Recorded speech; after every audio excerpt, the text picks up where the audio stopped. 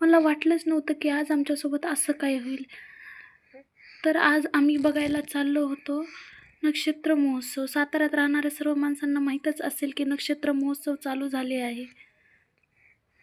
आणि तिकडे जाण्यासाठीच झेडपी रोडला जाण्यासाठी आम्ही निघालेलो. तिथं पोहोचल्याच्या नंतर बघा माझे मिस्टर काय बोलत आहे. चला आत मग आज जाऊन नक्षत्र महोत्सव पाहूया. खूपच सुंदर मूर्ती आहे आणि त्यासमोरची रांगोळी तर खूपच सुंदर आहे.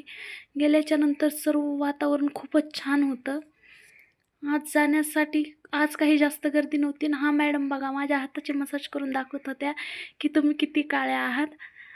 हे संपल्याच्या नंतर आम्ही पाहिलं तर खरंच ग्लो होता. तिथून पुढे आलोत आम्ही इथे या मामांकडे जिथे मंचुरियन विकायला होतं. ते मंचुरियन बनवायचं पावडर होतं आणि ते बोलले एकदा ट्राय नक्की करा. बोलत बरं बरं परत येऊ. तर त्यांचे प्रोडक्ट खूपच छान होते. आम्ही हे घेऊन आलो. तिथून पुढे निघालोत. तसंच बन्नाटमध्ये निघालोत. सण फिरत खूप उशीर झाला आम्हाला यायला. तरीही खूप काही गर्दी नव्हती. ज्यांनी नक्षत्र महोत्सव पाहिलं नाही त्यांनी नक्की एकदाच भेट द्या. खूपच छान वाटतं इथे गेल्याच्या नंतर. इथं सर्व प्रकारच्या व्हरायटी आता सध्याला विकण्यात आहेतच. पण या नक्षत्राचं खरी मजा म्हणजेच इथले सर्व स्टॉल आणि इथे खूप जास्त सर्वात आम्ही तर इथलं सगळं ट्राय करायलाच गेलेलो. आम्ही सर्व ट्रायच करून आलो होतो. त्याच्यानंतर हा क्लेचरवाला बघा खूपच छान क्लेचर होते, ज्वेलरीज होती आणि खूपच मस्त सर्वच फिरायला भेटलं आम्हाला मोकळंही. गर्दी नव्हती. आम्ही 9:30च्या दरम्यान गेलो त्यामुळे काहीच गर्दी नव्हती. स्टॉल बंद करण्याच्या याच्यावर होते.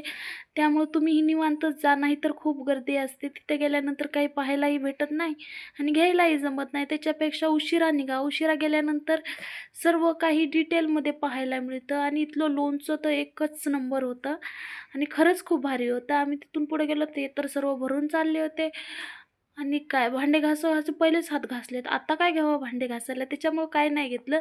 तसंच गेलोत. गेल्यानंतर आमचा मग शेवट आमचा जीव म्हणजेच रात पाळणे. ह्या गोष्टी आम्ही कधीच मिस करत नाही. तर थँक यू वॉचिंग. बाय.